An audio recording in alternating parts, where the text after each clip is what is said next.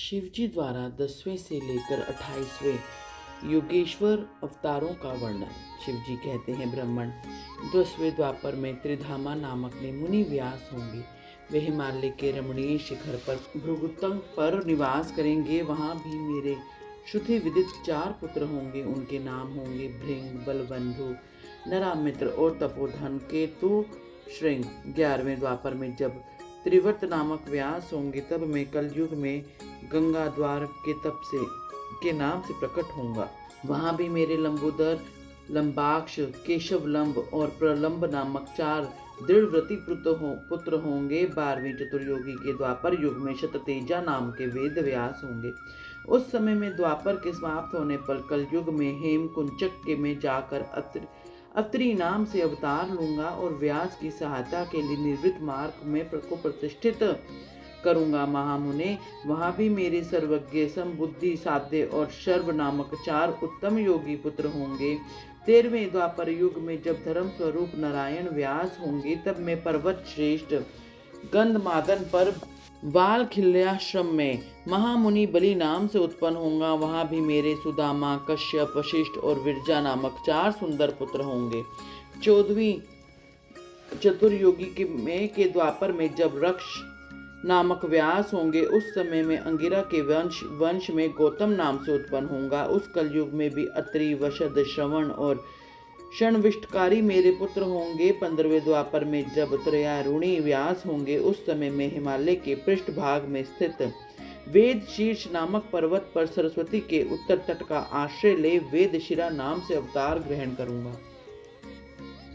उस समय महापराक्रमी वेदशिर ही मेरा अस्त्र होगा। वहां भी मेरे 4 दृढ़ पराक्रमिक पुत्र होंगे। उनके नाम होंगे कुणी, कुणिबाहु, कुशरीर और कुनेत्रक। 16वें द्वापर युग में जब व्यास का नाम देव होगा, तब मैं योग प्रदान करने के लिए परम पुण्यमय गोकर्ण वन में गोकर्ण नाम से प्रकट होऊंगा। वहां भी मेरे काश्यप, उष्णा, च्यवन, बृहस्पति नामक 4 पुत्र होंगे। वे जल के समान निर्मल और योगी होंगे तथा उसी मार्ग के आश्रय से शिवलोक को प्राप्त हो जाएंगे। 17वीं चतुर्युग के द्वापर युग में देव कृतजय व्यास होंगे। उस समय में हिमालय के अत्यंत ऊंचे एवं रमणीय शिखर हिमालय पर्वत पर गुहावासी नाम से अवतार धारण करूंगा, क्योंकि हिमालय शिव क्षेत्र कहलाता है। वहीं उतत्थे वामदेव, वहां महायोग और महाबल नाम के मेरे पुत्र भी होंगे। 18वीं चतुर्योगी के द्वापर में जब ऋतंजय व्यास होंगे, तब मैं हिमालय के उस सुंदर शिखर पर, जिसका नाम शिखंडी पर्वत है, और वहां महान पुण्यमय सिद्ध क्षेत्र तथा सिद्धों द्वारा सेवित शिखंडी वन भी हैं, शिखंडी नाम से उत्पन्न होंगे। वहां भी वाच, श्रवा, रुचिक, शैवास्य और यतीश्वर नाम के 4 तपस्वी पुत्र होंगे। 19वें द्वापर में महामुनि भारद्वाज व्यास होंगे। उस समय भी मैं हिमालय के शिखर पर माली नाम से उत्पन्न होऊंगा और मेरे सिर पर लंबी लंबी जटाएं होंगी। वहां भी मेरे सागर के से गंभीर स्वभाव वाले हिरण्य नामक कौशल्य, लोकक्षी, प्रधिमी नामक पुत्र होंगे। 20वीं चतुर्योगी के द्वापर में होने वाले व्यास का नाम गौतम होगा। तब भी मैं हिमवान के पृष्ठभाग में स्थित पर्वत श्रेष्ठ अट्टहास पर, जो सदा देवता, मनुष्य, यक्षेंद्र, सिद्ध और चरणों द्वारा अधिष्ठित रहता है, अट्टहास नाम से अवतार धारण करूंगा। उस युग के मनुष्य अट्टहास के प्रेमी होंगे। उस समय भी मेरे उत्तम योगा संपन्न 4 पुत्र होंगे। उनके नाम होंगे सुमंत, वरवरी, विद्वान, कबंध और कुणिकंधर। 21वीं द्वापर युग में जब वाच, शवा नाम के व्यास होंगे, तब मैं दारुक नाम से प्रकट होऊंगा। इसलिए इस शुभ स्थान का नाम दारुवन पड़ जाएगा। यहाँ भी मेरे प्रलक्ष, दर्भयाणी, केतुमान तथा गौतम नाम के 4 परम योगी पुत्र होंगे।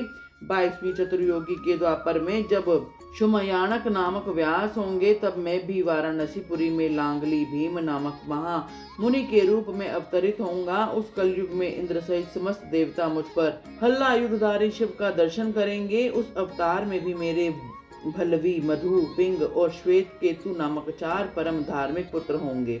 23वीं चतुर्योगी में जब तृण बिंदु मुनि व्यास होंगे, तब मैं सुंदर कालिंजर गिरी पर श्वेत नाम से प्रकट होऊंगा। वहां भी मेरे उशिक, ब्रह्मदेशत, देवल और कवि नाम से प्रसिद्ध 4 तपस्वी पुत्र होंगे। 24वीं चतुर्युगी में जब ऐश्वर्यशाली यक्ष व्यास होंगे, तब उस युग में नैमिक क्षेत्र में शूली नामक महायोगी होकर उत्पन्न होऊंगा। उस युग में भी मेरे 4 तपस्वी शिष्य होंगे, उनके नाम होंगे शलिहोत्र, अग्निवेश, युगनाशव और शरद्वसु। 25वें द्वापर में जब व्यास शक्ति नाम से प्रसिद्ध होंगे, तब भी मेरे प्रभावशाली एवं दंडधारी महायोगी रूप प्रकट होऊंगा। मेरा नाम मुंडीश्वर होगा।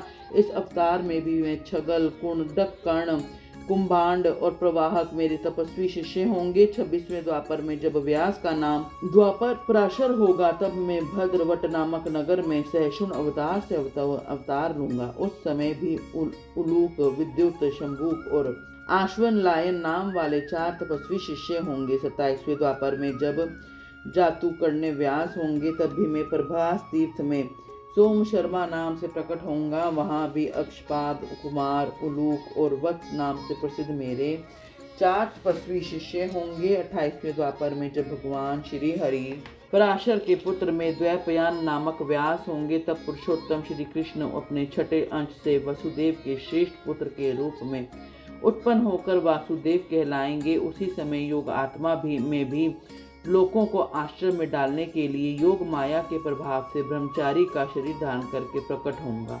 फिर शमशान भूमि में मृतक रूप में पड़े हुए अवंछित शरीर को देखकर मैं ब्राह्मणों के हित साधन के लिए योग माया के आश्रय से उसमें घुस जाऊंगा और फिर तुम्हारे तथा विष्णु के साथ मेरुगिरि की पुण्यमय दिव्य गुफा में प्रवेश करूंगा। ब्राह्मण वहां मेरे नाम लकुली होगा। इस प्रकार मेरा यह काया अवतार उत्कृष्ट सिद्ध क्षेत्र कहलाएगा और जब तक पृथ्वी कायम रहेगी, तब तक लोक में परम विख्यात रहेगा। उस अवतार में भी मेरे 4 तपस्वी शिष्य होंगे, उनके नाम कुशिक, गर्ग, मित्र और पौरुष्य होंगे। वे वेदों के परागामी, उदर्व वेदता ब्राह्मण योगी होंगे और माहेश्वर योग को प्राप्त करके शिवलोक को चले जाएंगे। उत्तम व्रत का पालन करने वाले मुनियों, इस प्रकार परमात्मा शिव ने वेवस्त्व मनवंतर के सभी चतुर्योगियों के योगेश्वर तारों का सम्यक रूप से वर्णन किया था।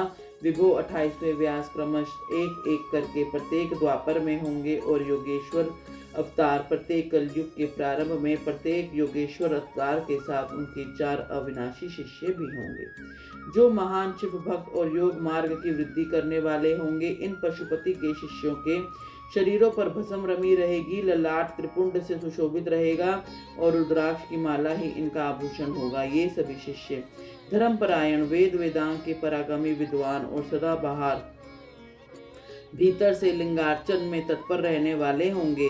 ये शिव जी में भक्ति रखकर योग पूर्वक ध्यान में निष्ठा रखने वाले और जितेंद्रिय होंगे। विद्वानों ने इनकी संख्या 112 बतलाई है। इस प्रकार मैंने 28 युगों के क्रम से मनु से लेकर कृष्ण अवतार पर्यंत सभी अवतारों के लक्षणों का वर्णन कर दिया है। जब श्रुति समूहों का वेदांतक रूप में प्रयोग होगा, तब उस कल्प कृष्ण द्वैपायन व्यास होंगे। यूं महेश्वर ने ब्रह्मा जी पर अनुग्रह करके योगेश्वर तारों का वर्णन किया और फिर ये वे देवेश्वर उनकी ओर दृष्टिपात कर वहीं अंतर्ध्यान हो गए। बोलो हर हर महादेव।